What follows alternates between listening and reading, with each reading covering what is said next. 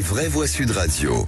Vos trois mots du jour, Félix Mathieu, c'est noir, bleu et rouge. La mort de l'homme en noir de la télévision française Thierry Ardisson s'éteint à l'âge de 76 ans, atteint d'un cancer du foie. Il laisse un grand vide, commente la ministre de la Culture, Rachida Dati. Ironie du sort, ce royaliste revendiquait tire sa révérence un 14 juillet. Il y avait du bleu, du blanc, du rouge et du kaki aussi dans les rues de Paris aujourd'hui.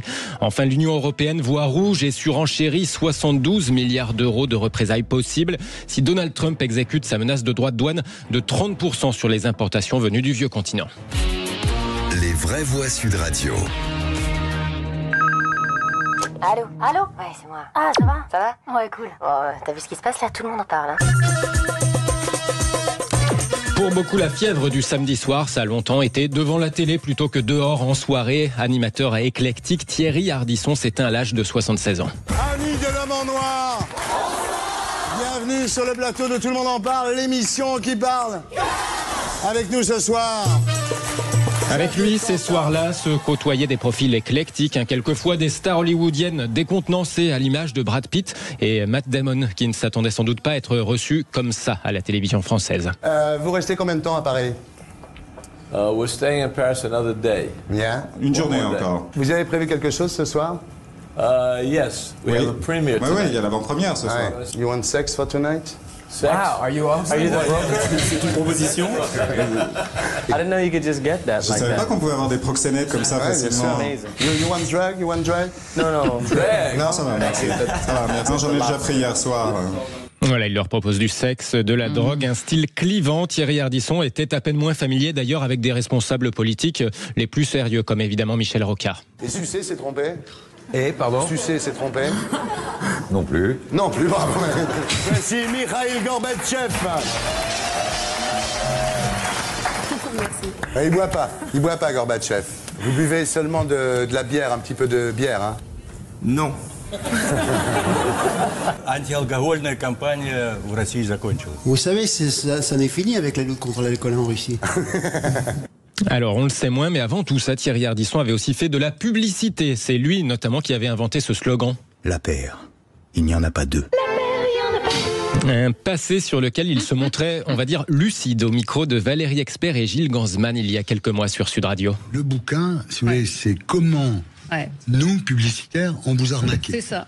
C'est-à-dire le slogan, le gimmick, la musique, le spectacle, les stars. Donc je donne un peu les tours du magicien. Voilà comment on vous a vendu n'importe quoi pendant des années. Thierry Ardisson qui s'éteint d'un cancer du foie à l'âge de 76 ans et un 14 juillet, ultime pied de nez pour ce royaliste revendiqué. Il laisse un grand vide, salue la ministre de la Culture. Il a contribué à écrire l'histoire de la télévision française, écrit l'Élysée.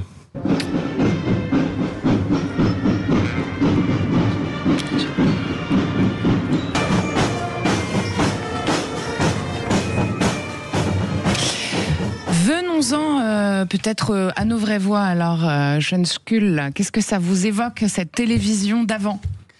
Il faut remettre Thierry Ardisson dans le contexte de l'époque.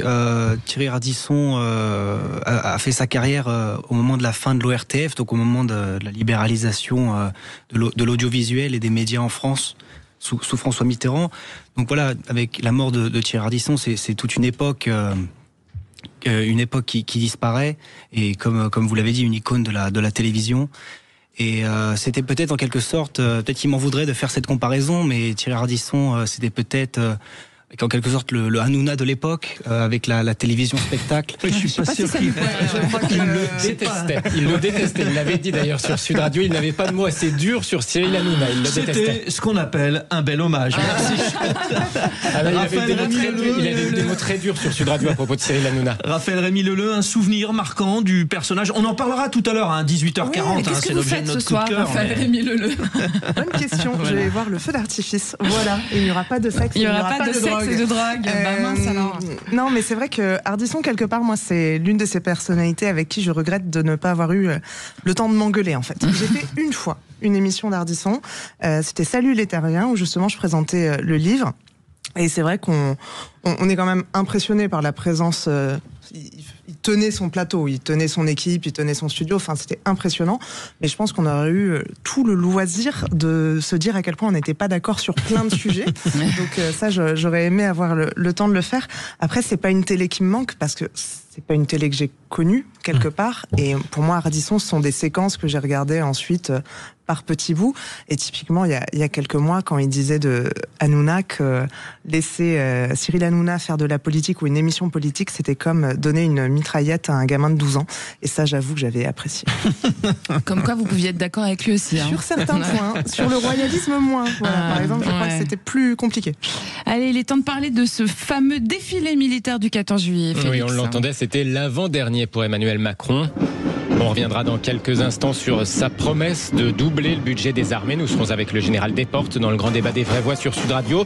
En tout cas, qui dit 14 juillet dit aussi nouvelle promotion de la Légion d'honneur. Gisèle Pellicot distinguée cette année, celle qui est devenue une figure féministe mondiale après le procès de ses violeurs est décorée de la Légion d'honneur. Gisèle Pellicot, au total 589 personnalités récompensées comme ça, dont 2 grands croix, la plus haute distinction, 2 grands croix pour l'historienne Mona Ozouf, spécialiste de la Révolution française, de l'école de la République et de la laïcité. Et puis autre grand croix, l'ancien président du Conseil constitutionnel, Pierre Mazeaud, un ancien président du Conseil constitutionnel au passé d'alpiniste. Alors, une Légion d'honneur pour Gisèle Pellicot, Raphaël Rémy-Leleu, est-ce que c'est pas un pansement ? Il y a quelque chose de l'ordre du pansement, de la reconnaissance, mais la première chose qui m'est venue immédiatement à l'esprit quand j'ai appris ça, c'est ce slogan, vous savez, qu'on sort malheureusement trop souvent dans les rues qui dit plus d'honneur pour les violeurs. Parce que trop souvent, l'impunité fait que, notamment des hommes célèbres qui ont commis des viols, des violences, des exactions sexistes et sexuelles de diverses natures, sont encore récompensés. Et là, le fait de voir qu'en fait une victime est reconnue en tant que personne, en tant que victime en tant que telle, et que ça n'est pas la victime qui doit avoir honte, mais qu'au contraire, on la remercie d'avoir porté ce combat, oui, ça met un peu de baume au cœur. Ouais, c'est son action qui a été mise en valeur, évidemment, hein, Sean Skull. Oui, bien sûr. Mais je rejoins les propos de Raphaël dans la mesure où ça reste qu'un seul pansement, mais elle a également été une icône du féminisme avec ce procès à la suite de ces terribles viols qu'elle a subis. Mais ce serait bien si, en effet, si en amont, on pouvait éviter ce genre de situation, ce genre de drame. Mais c'est sûr que la Légion d'honneur vient agir comme un pansement à cette douleur. Allez, Félix Mathieu, et puis l'Europe surenchérit aussi après les nouveaux droits de douane annoncés par Donald Trump. Oui, ça s'en va et ça revient, ces histoires de mesures protectionnistes. Et donc, c'est reparti pour un tour. 30% de droits de douane sur les importations européennes, annonce cette fois le président des États-Unis. Ce à quoi l'Union européenne entend répliquer donc avec 72 milliards d'euros de mesures de rétorsion.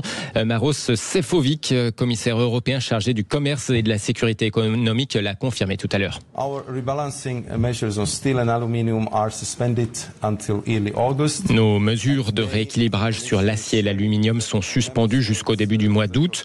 Aujourd'hui, la Commission partage avec les États membres la proposition relative à la 2e liste de marchandises qui représente quelques 72 milliards d'euros d'importations américaines. Ils auront maintenant l'occasion d'en discuter. Et on va revenir sur cette nouvelle sortie de Trump tout à l'heure dans l'info en plus, Félix Mathieu, à 18h10 avec vous. Et oui, on partira à Washington. Voilà. Alors